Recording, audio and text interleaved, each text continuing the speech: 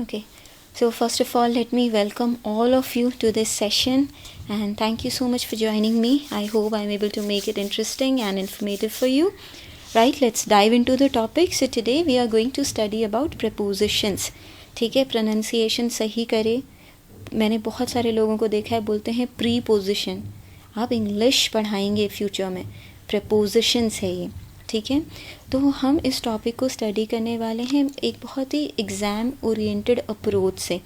ठीक है, और मैंने बहुत सारे क्वेश्चन पेपर स्टडी कर लिए हैं और उसमें से जो क्वेश्चंस हैं वो आज मैं आपको प्रैक्टिस करवाऊंगी. इसके अलावा मैंने ये भी देखा है कि एग्ज़ाम्स में कभी कभी प्रपोजिशन के टाइप पे क्वेश्चन आते हैं जो बहुत फैक्चुअल हो जाता है ना. बट क्योंकि ऐसे क्वेश्चंस आ रहे हैं तो थोड़ा सा हम टाइप्स के बारे में भी स्टडी करेंगे आज की क्लास में.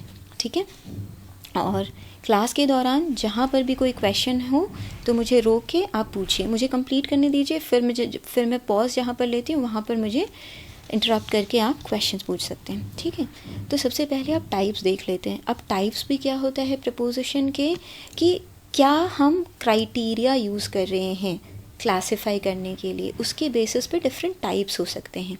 ठीक है, और प्रपोजिशन अब तक सभी को पता है कि प्रपोजिशन क्या होते हैं. ये वो वर्ड्स होते हैं जो नाउन की पोजीशन या प्रॉक्सिमिटी जो है डिफ़ाइन करते हैं, कनेक्ट करते हैं दो पोजीशंस को. ठीक है, तो इसीलिए हम उनको बोलते हैं प्रीपोजिशन, है ना.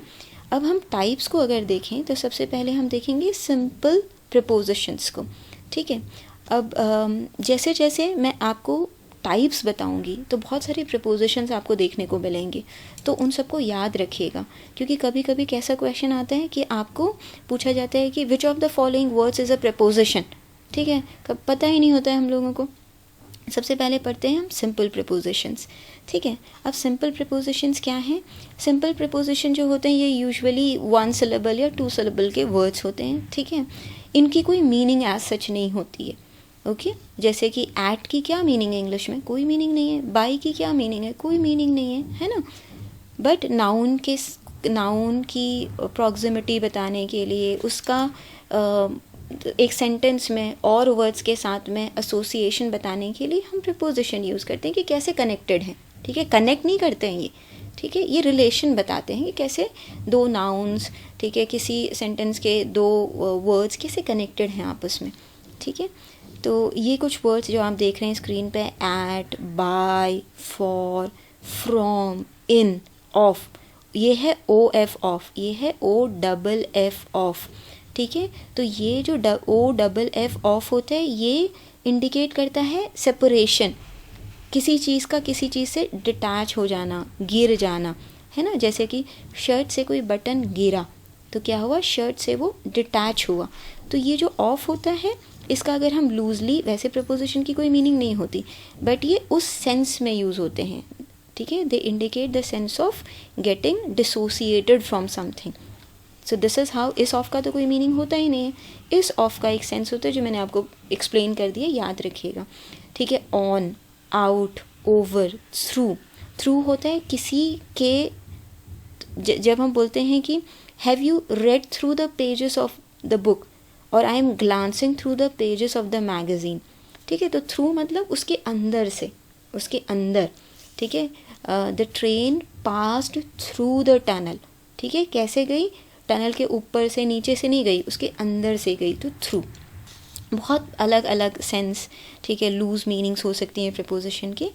Till, to, under, up, with, ये सारे सिंपल प्रपोजिशंस हैं. तो अगर कोई इनमें से कोई प्रपोजिशन दे दिया आपको और पूछा कि ये कौन सा टाइप ऑफ प्रपोजिशन है, तो आप बता पाने चाहिए कि सिंपल प्रपोजिशन है. ठीक है, या आपसे पूछा जाए कि which of the following is a type of preposition, तो आपको पता होना चाहिए कि एक टाइप होता है simple preposition. Let's move on to the next category which is compound prepositions. ठीक है, अभी कंपाउंड प्रपोजिशंस क्या होते हैं. कंपाउंड प्रपोजिशंस होते हैं एक तरीके से आप लगा लो कि जब नाउन या एडजेक्टिव या एडवर्ब के साथ में कोई प्रपोजिशन को हम प्रीफिक्स कर देते हैं. प्री इन मीन्स बिफोर, फिक्स करना means to attach. So whenever we attach any preposition to a noun or adjective or adverb, we get a compound preposition. But remember that we get one word, we do not get two different words, right? Because there is already a noun or an adjective or an adverb, and what you do is you have to simply prefix a preposition to it, and what you get in return is again just one word. Look at the examples. ठीक है, जैसे ये example है inside, तो side क्या है, ठीक है, it is already a noun, ठीक है, and then you are attaching a simple prefix in to it, right, and you are getting a new word inside, but it is one word, ठीक है, दो अलग वर्ड नहीं मिल रहे हैं आपको, you are getting one word. Outside, within, without. कुछ aspirants को पता ही नहीं होता है कि विदाउट भी प्रपोजिशन है, विद इन भी प्रपोजिशन है, ठीक है. तो जब उनको पार्ट ऑफ स्पीच आइडेंटिफाई करने वाले क्वेश्चन आते हैं तो उनको पता ही नहीं होता है. तो अब आपको पता चल गया है कि with in, without, inside, outside ये कंपाउंड प्रपोजिशन है. अगर इनके अलावा कोई प्रपोजिशन आता है, ठीक है, तो आप कौन सा रूल अप्लाई करेंगे, आप देखेंगे कि क्या कोई नाउन है या कोई एडजेक्टिव है या कोई एडवर्ब है, and has any preposition been prefix to that. अगर प्रिफिक्स किया है तो इट मीन्स कंपाउंड प्रपोजिशन बन रहा है. क्या समझ आया है या जल्दी से एक और बार बताऊं, कोई कंफ्यूजन दिमाग में मत रखिएगा. मैम प्लीज एक बार दोबारा बता दो. हाँ बिल्कुल, मैं बताती हूँ, ठीक है. कंपाउंड प्रपोजिशन आप पढ़ रहे हो. कंपाउंड प्रपोजिशन क्या होते हैं? कंपाउंड प्रपोजिशन होते हैं कॉम्बिनेशन, एक नाउन या एडजेक्टिव या एडवर्ब का, तीनों में से कोई एक होगा, एक साथ नहीं होंगे. किसके साथ में? प्रिपोजिशन के साथ में. तो होता क्या, ये कॉम्बिनेशन बनता कैसे है कि कोई नाउन होगा या कोई एडजेक्टिव होगा या कोई एडवर्ब होगा, उस पे आप प्रीफिक्स कर दोगे कोई प्रपोजिशन, सिंपल प्रपोजिशन, तो आपको एक नया वर्ड मिल जाएगा. वो जो नया वर्ड होगा वो कंपाउंड प्रपोजिशन कहलाएगा, क्योंकि उस वर्ड में जो उसका पहला पार्ट है जो आगे की तरफ है दैट इज़ अ प्रपोजिशन. जैसे इनसाइड में इन प्रपोजिशन है, आउटसाइड में आउट प्रपोजिशन है, विद इन, ठीक है, इसमें यहाँ पर क्या है, यहाँ पर इन है, ठीक है, यहाँ पर विद में आउट जो है वो आपका प्रपोजिशन है. तो ये हमें कंपाउंड प्रपोजिशंस मिल जाते हैं, ठीक है. और जो है कंपाउंड प्रपोजिशन बहुत सिंपल है. कैसे बनते हैं? नाउन, एडजेक्टिव या एडवर्ब के में जब आप अटैच करोगे, ठीक है, क्या अटैच करोगे? किसी एक प्रपोजिशन को, ठीक है. अब क्लियर है कंपाउंड प्रपोजिशन? ठीक है, ठीक है. नेक्स्ट है, बहुत बहुत ज़्यादा डिटेल में नहीं जा रही हूँ, बट ऐसा ना हो कि आपको बिल्कुल ही पता ना हो, क्योंकि एग्ज़ाम में मैं ट्रेंड देख रही हूँ कि कभी कभी टाइप्स पे क्वेश्चन आ रहे हैं, ठीक है. फिर आता है थर्ड कैटेगरी है, वो है फ्रेज प्रपोजिशंस. देखिए, मैंने कई बार वर्ड यूज़ किया है प्रपोजिशनल फ्रेज़. जो मैं क्लॉजेस पढ़ा रही थी, मैं प्रपोजिशनल फ्रेज़ आपको समझाया था, ठीक है. तो क्या होता है प्रपोजिशनल फ्रेज़ या फ्रेज़ प्रपोजिशन? ठीक है, वो होते हैं एक प्रपोजिशन होगा और प्रपोजिशन के बाद उसका ऑब्जेक्ट होगा, ठीक है. और वो ऑब्जेक्ट कौन सा पार्ट ऑफ स्पीच होता है? नाउन ही तो फंक्शन कर सकता है ऑब्जेक्ट की तरह. तो कोई ना कोई एक प्रपोजिशन के बाद कोई नाउन आ रहा होगा. तो जब इस तरीके का कॉम्बिनेशन देखने को मिलेगा ना, तो वो कहलाएगा फ्रेज प्रपोजिशन, है ना. जैसे कि एक एग्जाम्पल देखते हैं. My little brother collected my trophy on behalf of my sister, है ना. तो ये देखिए, ये ऑन जो है आपका ये प्रपोजिशन है, ठीक है. उसके बाद में ये बिहाफ जो हुआ वो इसका ऑब्जेक्ट हो गया और फिर प्रपोजिशन है. तो आपको 3 वर्ड वाले फ्रेज प्रपोजिशंस भी हो सकते हैं, 2 वर्ड वाले फ्रेज प्रपोजिशंस भी हो सकते हैं, है ना. जैसे कि came across, okay, came across, I came across my old friend in a market. तो केम क्या है? वो आपका वर्ब है, ठीक है, और अक्रॉस क्या है? वो आपका प्रपोजिशन है ना. तो ये आपका क्या हो गया? ये आपका फ्रेजल वर्ब हो गया, क्योंकि यहाँ पर फ्रेज किस चीज़ से बना हुआ है? प्रपोजिशन प्लस वर्ब से, है ना. तो जहाँ पर भी एक प्रपोजिशन प्लस नाउन का होगा उसको हम फ्रेज प्रपोजिशन बोल देंगे, और जहाँ पर हमारा प्रपोजिशन और वर्ब का कॉम्बिनेशन होगा उसे हम फ्रेजल वर्ब बोल देंगे. समझ में आ रहा है? आ रहा है समझ में? उसके बाद आता है जो नेक्स्ट कैटेगरी है हमारी, वो है हमारी पार्टिसिपियल प्रीपोजिशन। पार्टिसिपियल प्रीपोजिशन क्या होते हैं? आपको पता है कि किसी भी वर्ब की 3 फॉर्म होती हैं, ठीक है? तो पार्टिसिपल फॉर्म भी होती है, ओके। तो जो पार्टिसिपल फॉर्म होती है या तो वो आईएनजी वाली फॉर्म होती है, या कुछ वर्ब्स में आपने देखा होगा कि सेकंड फॉर्म और थर्ड फॉर्म सेम रहती है और उसमें ईडी लगा होता है ना? तो इस तरीके से हमारी पार्टिसिपल्स बनते हैं वर्ब के, ओके।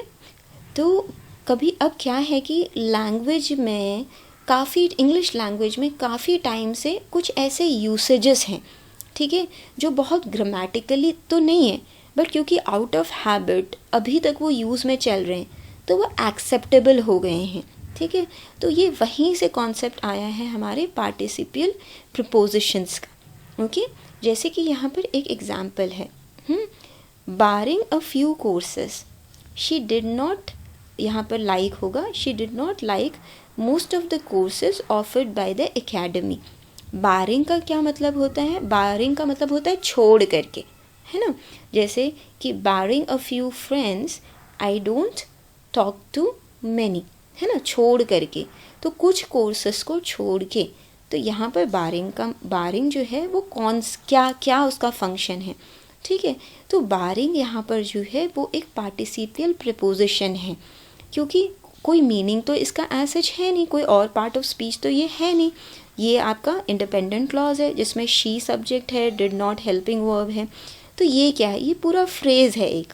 तो जैसे हमने देखा ना अभी फ्रेज़ प्रीपोजिशन पढ़े, तो ये यहाँ पर बारिंग और ये इसका ऑब्जेक्ट, क्योंकि कोर्स क्या है? कोर्स सिर्फ एक नाउन ही तो हो सकता है, और आ फ्यू क्या है? आ फ्यू जो है उसको मॉडिफायर है, ठीक है, मॉडिफाई कर रहा है।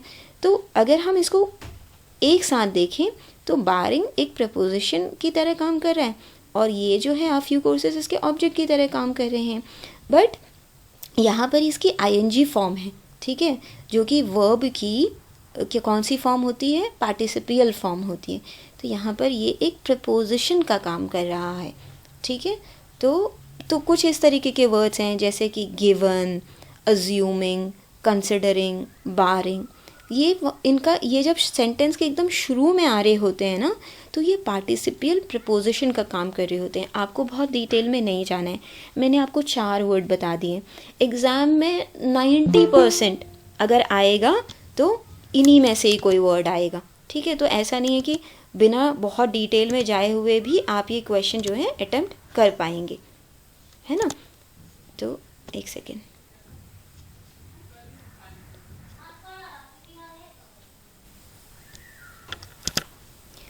तो बहुत डिटेल में जाए बिना भी आप ये एग्ज़ाम सही कर पाएंगे एग्ज़ाम में, ठीक है। कौन से वर्ड्स बताए मैंने? Barring a few courses, assuming that she will not join, ठीक है, considering that she will not join, उसके बाद में गिवन द फैक्ट दैट। तो कौन से 4 वर्ड हुए? बारिंग, अज्यूमिंग, कंसिडरिंग और गिवन, ठीक है। ये याद रखेंगे चारों वर्ड्स। तो ये क्या है? किसी भी सेंटेंस के आपने देखा कि बिल्कुल स्टार्टिंग में आ रहे हैं, ठीक है, और ये किसकी तरह काम कर रहे होंगे? पार्टिसिपियल प्रपोजिशन की तरह काम करेंगे, ठीक है। सबको समझ में आया है? मैम एक बार और रिपीट करेंगे चारों? चलो चलिए, मैं एक और बार मैं ये सारे वर्ड्स रिपीट कर देती हूँ। इनफैक्ट जब मैं आपके साथ में ये पीपीटी शेयर करूँगी तो वो चारों वर्ड्स मैं यहाँ पर नोट डाल करके ऐड भी कर दूँगी। पहला तो आपके सामने एग्जाम्पल लिखा हुआ है, बारिंग अ फ्यू कोर्सेज। यहाँ पर बारिंग जो है पार्टिसिपियल प्रीपोजिशन है। फिर है कंसिडरिंग द फैक्ट दैट। तो इस फ्रेज में कंसिडरिंग जो वर्ड है वो पार्टिसिपियल प्रीपोजिशन है, ठीक है।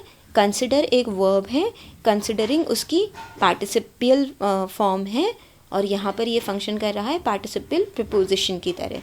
उसके बाद है कंसिडरिंग से मिलता जुलता वर्ड अज्यूमिंग, वर्ड है अज्यूमिंग, ठीक है। और फाइनली जो लास्ट वर्ड है वो है गिवन, GIVEN, गिवन, ठीक है। वो भी पार्टिसिपल फॉर्म है किस वर्ब की? गिव की। बट यहाँ पर फंक्शन किसकी तरह कर रहा है? वर्ब की तरह नहीं। सो वर्ब कभी सेंटेंस के स्टार्टिंग में आ ही नहीं सकता है। आ सकता है? नहीं आ सकता है। तो इसलिए यहाँ पर ये क्या है? प्रपोजिशन है या नहीं? ठीक है, ठीक है। और उसके बाद में लास्ट कैटेगरी है डबल प्रपोजिशन, ठीक है। डबल प्रपोजिशन सबसे ईजी है। डबल प्रपोजिशन का मतलब है जब दो प्रपोजिशन एक साथ यूज़ हो रहे हैं किसी सेंटेंस में, है ना। जहाँ पर भी दो proposition one after the other use हो रहे हैं तो हम कहेंगे ये डबल प्रपोजिशन है। जैसे कि इसमें एक एग्जाम्पल लिया हुआ है, ज़ील। ज़ील का क्या मतलब होता है? एंथुजियाज्म किसी चीज़ को लेकर के, है ना, पैशन किसी चीज़ को लेके। तो zeal is something that comes from with in a person. तो फ्रॉम भी मैंने बताया था सिंपल प्रपोजिशन है, और विद इन कौन सा है? कंपाउंड प्रपोजिशन है, बताया था ना। विद और उसके साथ में प्रपोजिशन इन, विद इन। तो दो proposition one after the other आ रहे हैं, एक साथ आ रहे हैं, ठीक है। तो ये एग्जाम्पल हुआ डबल प्रपोजिशन का। आया समझ में सबको? Yes, ma'am. ठीक है। तो ये तो मोटा मोटा कि एग्ज़ाम में रिस्क ना ले और इस तरीके के क्वेश्चन आते हैं तो भी आप कर जाएं, ठीक है। और अब हम करेंगे मैंने कुछ सेंटेंसेस लिए हैं एग्ज़ाम्स के पेपर स्टडी करके, ठीक है। अब मैंने एक और चीज़ देखी है जो मैं आपके साथ में शेयर करूँगी। जब भी आप ग्रामर के लिए प्रिपेयर कर रहे हैं तो बेस्ट स्ट्रैटेजी ये नहीं रहेगी कि आप रेन एंड मार्टिन की बुक उठा लें और एक एक रूल पढ़ें। जो ये एग्ज़ाम्स होते हैं ये आपके फंक्शनल एस्पेक्ट ऑफ ग्रामर पे फोकस ज़्यादा करते हैं, ज़्यादातर एग्ज़ाम, ठीक है। तो आप क्या करें, आपको एक अच्छी बुक ले लें और उसमें से क्वेश्चंस प्रैक्टिस करते रहें। कहीं ना कहीं एग्ज़ाम में कोई उसी सेंटेंस, उसी एग्जाम्पल का वेरिएंट आ जाएगा, ठीक है।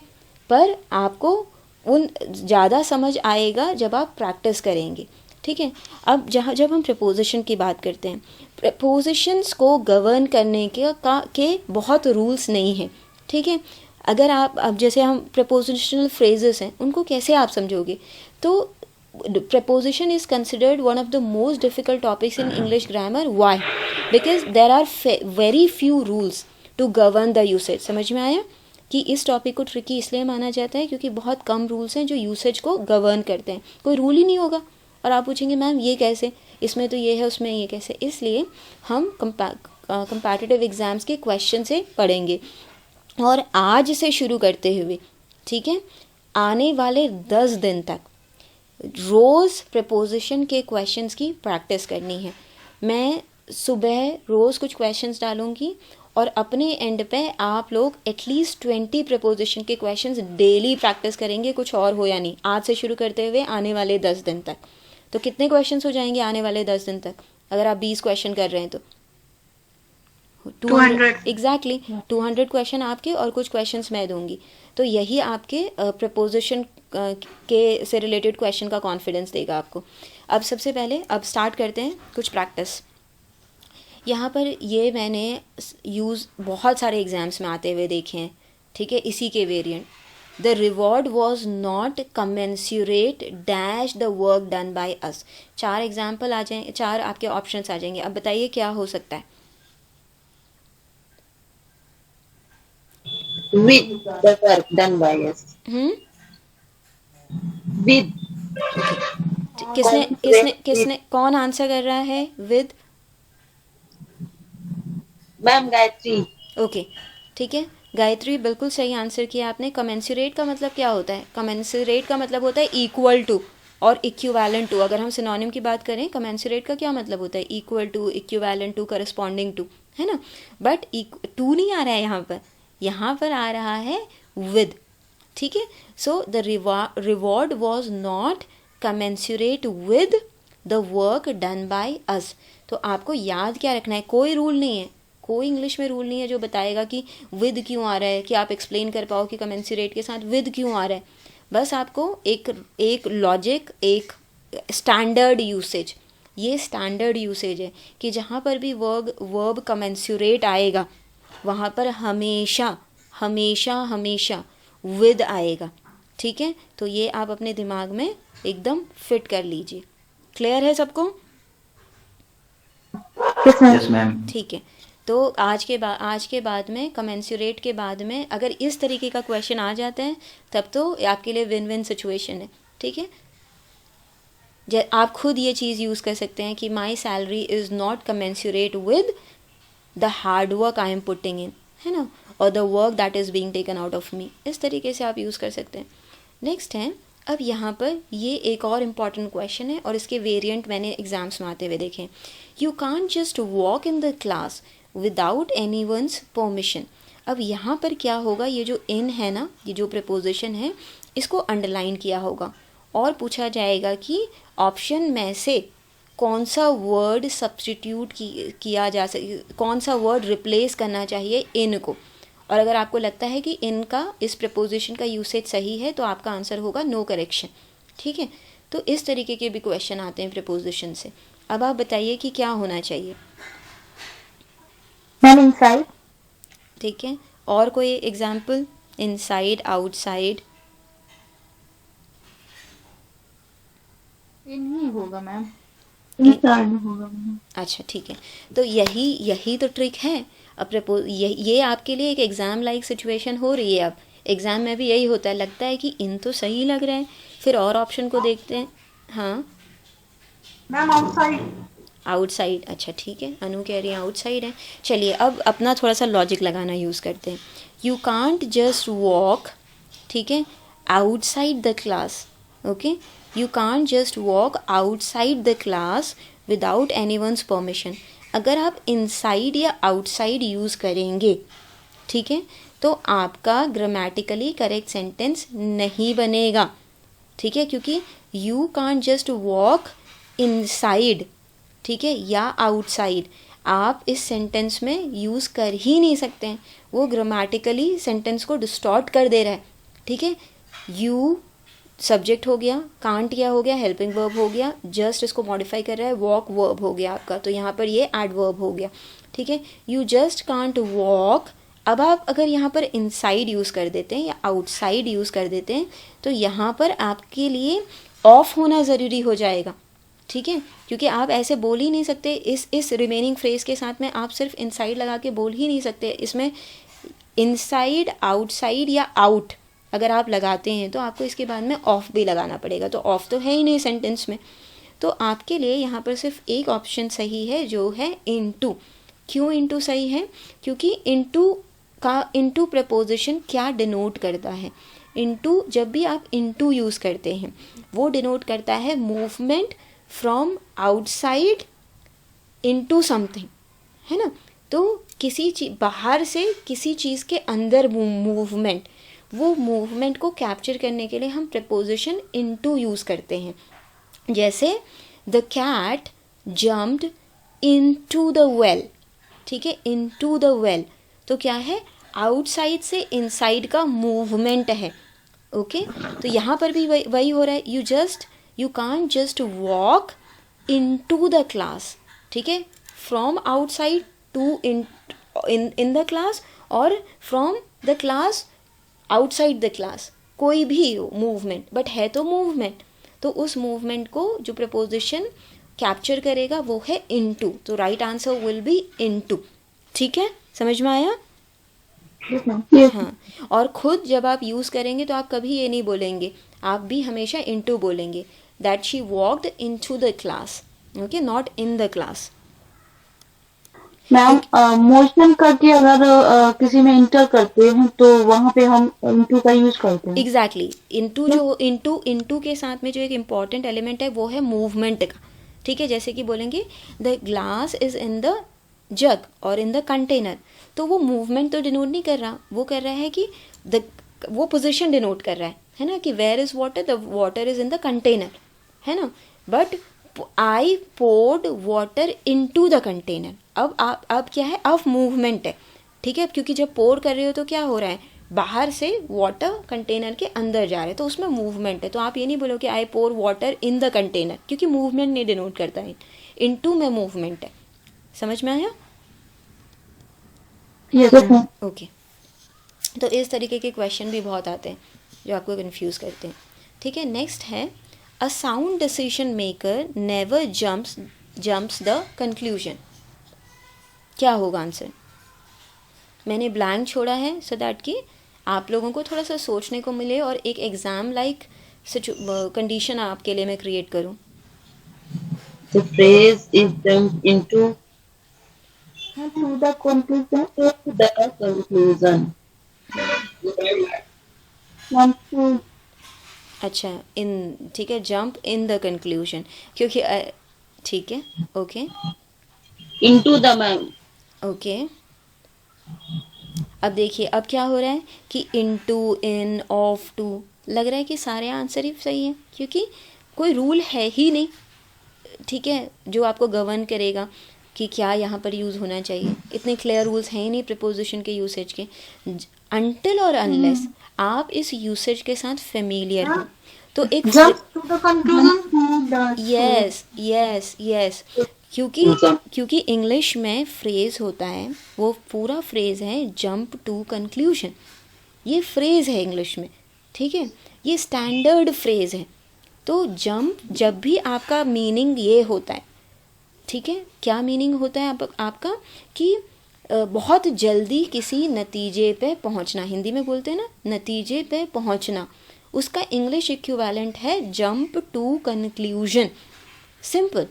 तो जब आपको ये फ्रेज पता होगा तो आपको आंख बंद करके भी पता होगा कि जंप टू द कंक्लूजन होता है, तो कि यहाँ पर टू आएगा, ये एक फ्रेज है ना। ये आपका कहाँ किस तरीके का प्रपोजिशन है, ये आपका फ्रेज प्रपोजिशन है, ठीक है। तो यहाँ पर आपका क्या हो गया, जंप टू द कंक्लूजन। तो अब ये याद कर लीजिए, अब आपको मैंने फेमिलियराइज करवा दिया है, ठीक है। अब एग्ज़ाम में आता है तो अब आपको कोई कन्फ्यूजन होनी ही नहीं, बट हाँ याद सही रखिए फ्रेज, और फ्रेज क्या है, जंप टू द कंक्लूजन, ठीक है, jump to the conclusion, okay. Next है, बहुत बार आता है, हाँ प्रेपोजिशन था, हाँ हाँ, क्या क्वेश्चन है आपका? ये फिक्स प्रेपोजिशन था ना? हाँ ये स्टैंडर्ड है, ये क्योंकि ये तो एक फ्रेज है इंग्लिश का, स्टैंडर्ड फ्रेज है, तो इसमें तो आप कोई और चेंज कर ही नहीं सकते। Jump in, jump into कुछ हो ही नहीं सकता, जंप टू द कंक्लूजन, ठीक है। और इसी के साथ में इसी का मैं एक और थोड़ा सा वेरिएंट बता देती हूँ, rush into a decision, ठीक है। जैसे ये है जंप टू द कंक्लूजन, उसको बोलते हैं rush into a decision, do not rush into a decision, है ना। चलो वो अभी बात की बात है, पहले आप ये जो ज़्यादा एग्जाम में आता है उसको याद रखिए, jump to the conclusion, okay. Next है, he was born with a silver spoon, ठीक है। Born with a silver spoon का क्या मतलब होता है, एफ्लुएंट फैमिली में पैदा होना, रिच फैमिली में पैदा होना, ठीक है। जैसे कि Pandit Nehru, he was born with a silver spoon बोलते हैं हम, ठीक है। He was born with a silver spoon and was rolling dash wealth, he was rolling, क्या होगा, वेद होगा मैम। एक सेकेंड, हाँ ओके, आप कह रहे हैं कि होगा विद होगा, ठीक है, क्योंकि सुना नहीं है हमने, तो अब हम क्या है, हम यहाँ पर गैस वर्क करेंगे, और प्रपोजिशन में गैस वर्क ही नहीं करता, इसका मतलब ये है कि प्रैक्टिस की ज़रूरत है। और कोई आंसर जिसको पता हो? मैम फॉर नहीं, राइट आंसर अब मैं बता देती हूँ, ये भी आपका फ्रेज है, एंड ये है rolling in wealth, rolling in wealth, ठीक है। जैसे हम बोलते हैं rolling in sand, rolling in mud, तो ये है रोलिंग इन वेल्थ, ठीक है। It's a standard phrase. तो जहाँ पर भी ये फ्रेज आएगा आपको पता होगा कि वर्ब रोलिंग के बाद कौन सा प्रपोजिशन आएगा, इन आएगा, ठीक है। इसको इस तरीके से याद रख लेना, क्योंकि एग्ज़ाम में कभी कभी क्या होता है कि इतने सारे, अभी आप प्रैक्टिस करोगे, इतने सारे स्टैंडर्ड फ्रेजेस पढ़ोगे जिनके बाद एक डेफिनेटिव प्रपोजिशन आता है, तो भूलने का चांसेस है।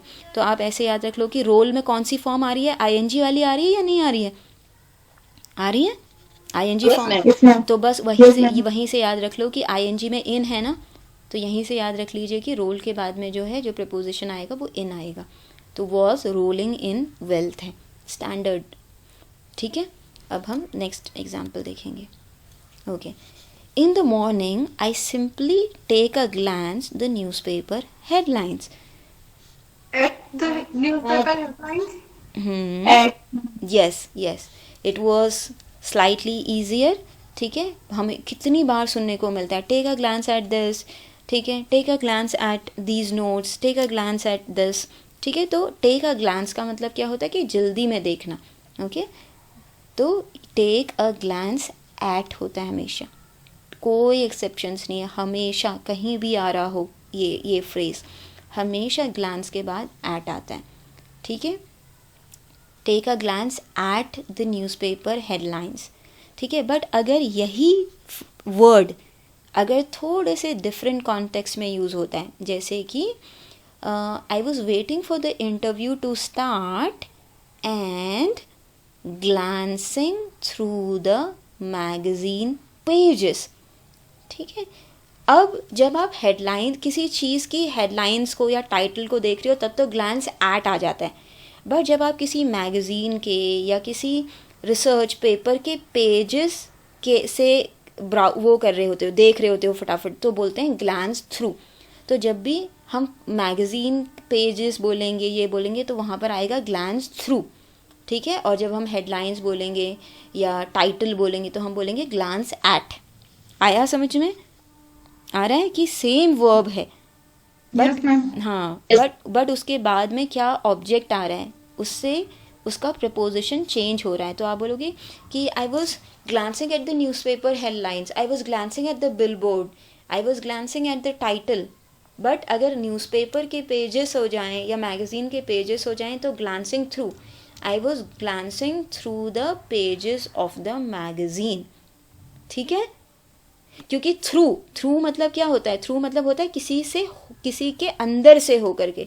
तो जब आप पेजेस कर रहे हो तो मैगज़ीन को सिर्फ बाहर से नहीं देख रहे हो ना, उसके पेजेस के थ्रू से हो करके आपकी नज़र गुजर रही है, इसलिए वहाँ पर आता है glances through the pages, okay okay. Next है ये, ही डिस्पेंस्ड विद, यहाँ तो मैंने ये लिख ही दिया, ठीक है, यहाँ मैंने ये टाइप ही कर दिया, चलिए ठीक है। He dispensed with the services of his loyal associates. तो यहाँ पर क्या है, यहाँ पर एग्जाम्पल है, यहाँ पर ब्लैंक की भी अब ज़रूरत नहीं है, यहाँ पर है he dispensed with the services of. अब कहीं पर भी आपके ब्लैंक क्रिएट किया जा सकता है, या तो यहाँ पर क्रिएट कर दिया जाएगा या फिर यहाँ क्रिएट कर दिया जाएगा, तो आपको दोनों पता होने चाहिए। देखिए ये तो स्टैंडर्ड यूज़ है, डिस्पेंस विद, ये एक स्टैंडर्ड फ्रेज़ है इंग्लिश में। जब आप बोलते हैं कि I dispensed with that, I dispensed with my old books, I dispensed with the services of my old servants, तो उसका मतलब होता है गेट रिड ऑफ, है ना, किसी चीज़ को छोड़ देना, से छुटकारा पाना, हटा देना किसी चीज़ को, उसको बोलते हैं डिस्पेंस्ड विद। तो ये स्टैंडर्ड है, तो हमेशा याद रखिएगा कि डिस्पेंस के बाद विद आएगा, विद द सर्विसेज ऑफ। तो ऑब्वियसली दिस यहाँ ये वाला जो है वो फिक्स नहीं है, ये डिपेंड करता है कि यहाँ पर किस तरीके का यूसेज है। फिक्स जो है वो ये है, ठीक है। तो ही डिस्पेंस विद, ये याद कर लीजिए कि डिस्पेंस के साथ में विद आएगा, he dispense with the services of his loyal associates. Next है बहुत इम्पॉर्टेंट, और ये आप लोगों को ही आंसर करना होगा, आप लोगों ने एग्ज़ाम के लिए अपीयर भी किया है और प्रैक्टिस भी की है।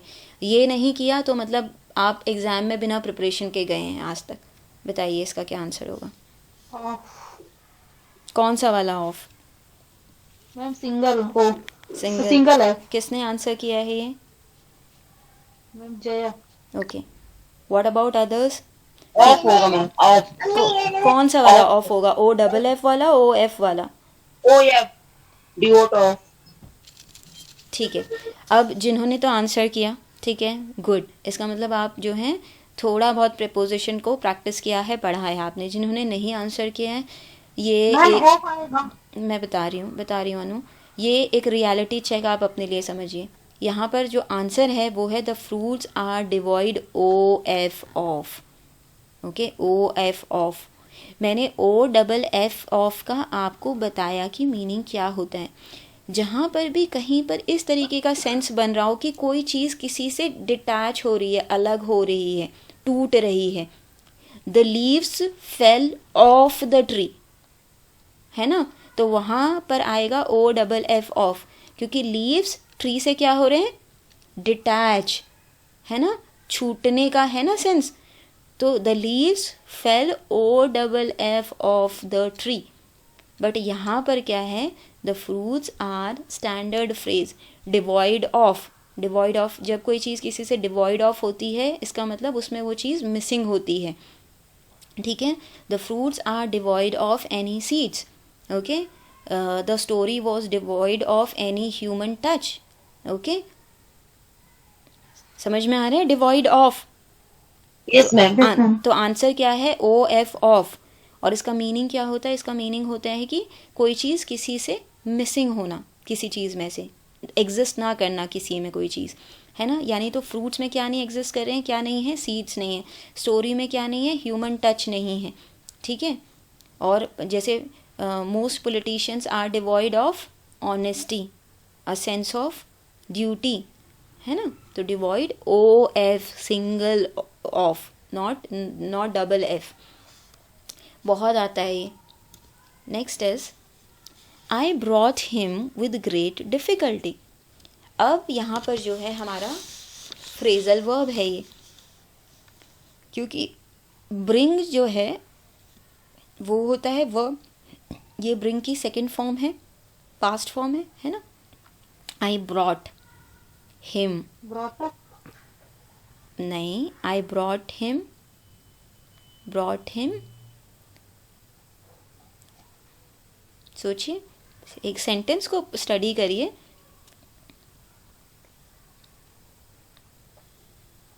Ma'am Oh, I brought him off with great difficulty. I brought him off बोला, अच्छा ठीक है। I brought him up with great difficulty. Ma'am तो अप हो सकता है, अप है तो डाउन नहीं है क्या, आई brought him down with great difficulty. No, I brought him up. I brought him up हाँ, यस, राइट आंसर है आई ब्रॉट हिम अप, ठीक है। जैसे क्योंकि आपने फ्रेज तो सुना होगा, I brought up, he was brought up by wonderful parents. Brought up मतलब क्या करना होता है, किसी बच्चे को बड़ा करना, रेस करना, है ना। तो यहाँ पर जो राइट फ्रेज है वो है, राइट सॉरी फ्रेज नहीं, प्रपोजिशन है वो है अप। एक स्टैंडर्ड फ्रेज का पार्ट है ये, ब्रॉट हिम अप, ओके। तो यहाँ पर होता क्या है कि फ्रेजल वर्ब में क्या होता है कि अगर फ्रेजल वर्ब के बाद में कोई ऑब्जेक्ट आ रहा है तो वो जो फ्रेजल वर्ब के बीच में आ जाता है, जैसे आई ब्रॉट हिम अप। तो ये जो ब्रॉट अप वाला है वो इस तरीके का फ्रेजल वर्ब है कि ऑब्जेक्ट जो है वो स्प्लिट करेगा, बीच में आएगा, है ना। इसलिए आई ब्रॉट हिम अप, पर ये है वही ब्रॉट अप जिसका मतलब होता है टू रेज अ चाइल्ड। तो राइट आंसर है यहाँ पर brought up, okay. What about this one, a study mind triumphs difficulties. Over okay, very good, very good. Quick to answer, it means ये सुना है ना। क्योंकि जब कोई किसी चीज़ से हम फेमिलियर होते हैं तो ही हम इतनी क्विकली आंसर करते हैं। तो सही आंसर है ट्रायम्फ ओवर। आप लोगों ने रुडयार्ड किपलिंग की इफ़ पोएम पढ़ी है तो उसमें ये यूज़ हुआ है कई बार, triumph over difficulties, triumph over enemies भी हो सकता है, ट्रायम्फ ओवर सिचुएशंस भी हो सकता है। और ट्रायम्फ की जगह एक और वर्ब आ सकता है, वो होता है tide over, tide over difficult times. Tide क्या होती हैं, सी में टाइड्स उठती है ना, है ना। तो हम एक इंग्लिश में एक फ्रेज़ है कि टाइड ओवर डिफ़िकल्टीज़, की जैसे लहरें गुजर जाती हैं बड़े बड़े रॉक्स के ऊपर से, तो किसके ऊपर से गुजर जाते हैं हम, डिफ़िकल्ट टाइम्स, डिफ़िकल्टीज़। तो टाइड ओवर होता है, ट्रायम्फ ओवर होता है। याद रहेगा, अगर ट्रायम्फ की जगह टाइड भी आ जाएगा तो प्रपोजिशन क्या होगा, ओवर होगा, ठीक है। तो with this I have come to the end of this particular